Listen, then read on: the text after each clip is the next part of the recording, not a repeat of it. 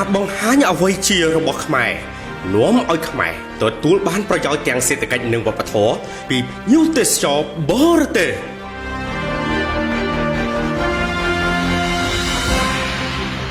ការបង្ហាញអ្វីជារបស់ខ្មែរក្នុងពិធីបដិសណ្ឋារកិច្ចនានាពិតណាស់នឹងនាំឲ្យភ្ញៀវទេសចរបរទេសព្រមទាំងប្រមុខការទូតបានស្គាល់កាន់តែច្បាស់ពីតម្លៃនៃសិល្បៈវប្បធម៌ប្រពៃណីនិងទំនៀមទម្លាប់របស់ខ្មែរអ្វីណាទាំងអស់នេះក៏ជាការរួមចំណែកសម្រាប់ជួយលើកកម្ពស់កម្រិតជីវភាពរបស់ប្រជាពលរដ្ឋដែលប្រកបមុខរបរនៅតាមតំបន់ទេសចររមណីយដ្ឋានសន្តាគារនិងទីកន្លែងផ្សេងៗផងដែរដែលសបញ្ជាក់ឲ្យឃើញថាខ្មែរគឺជាឃ្លាំងនៃសិល្បៈវប្បធម៌និងប្រពៃណីជាមួយគ្នានោះក្នុងកិច្ចប្រជុំឧត្តមក្រុមប្រឹក្សាពិគ្រោះនិងផ្ដល់យោបល់នៅព្រឹកថ្ងៃទី29ខែមករាឆ្នាំ2024នេះឯកឧត្តមអ៊ុនជឹមប្រធានប្រតិភូគណៈបកឯកភាពជាតិខ្មែរក៏បានលើកឡើងចំណុចនេះដោយត្រង់ទៅប្រមុខរដ្ឋាភិបាលផងដែរក្នុងន័យដើម្បីជាប្រយោជន៍ជាតិប្រជាពលរដ្ឋពិសេសការផ្សព្វផ្សាយរីកសុសសាយនៃសិល្បៈវប្បធម៌ប្រពៃណីនិងទំនៀមទម្លាប់របស់ខ្មែរពីម៉ែឃោសនាថាឲ្យបបទេមកphânពីចូលដល់ហើយការរៀបចំមកគឺចង់ឲ្យតអ្នកមាន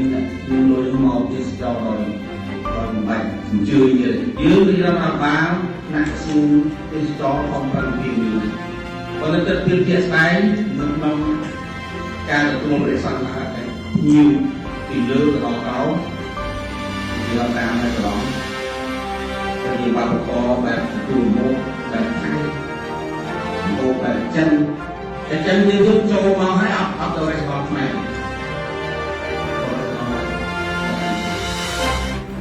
ចិនគេក៏មកពីចិនឬក៏ការមកពីគ្រប់ក៏តាមចិនមកដល់គឺអូមកពេលទៀតថៃមកអូបែបឡងនេះចឹងនឹងជាការបង្កមួយ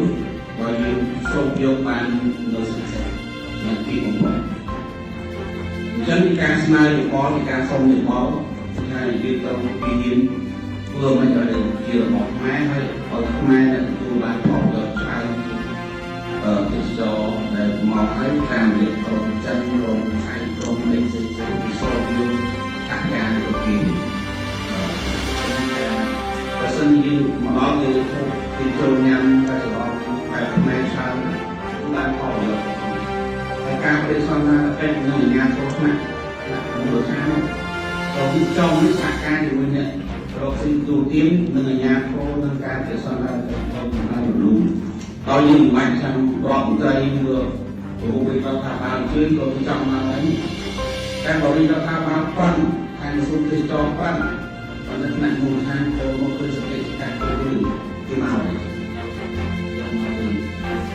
ពិតណាស់ការទទួលបដិសណ្ឋារកិច្ចភ្ញៀវទូតនិងភ្ញៀវទេសចរអន្តរជាតិមិនថាម្ហូបអាហារសិល្បៈតន្ត្រីដែលបង្ហាញពីប្រពៃណីរបស់ខ្មែរពិតជាមានសារៈសំខាន់បំផុតដើម្បីឲ្យអន្តរជាតិស្គាល់ខ្មែរកាន់តែច្បាស់ថាខ្មែរគឺជាឃ្លាំងនៃសិល្បៈ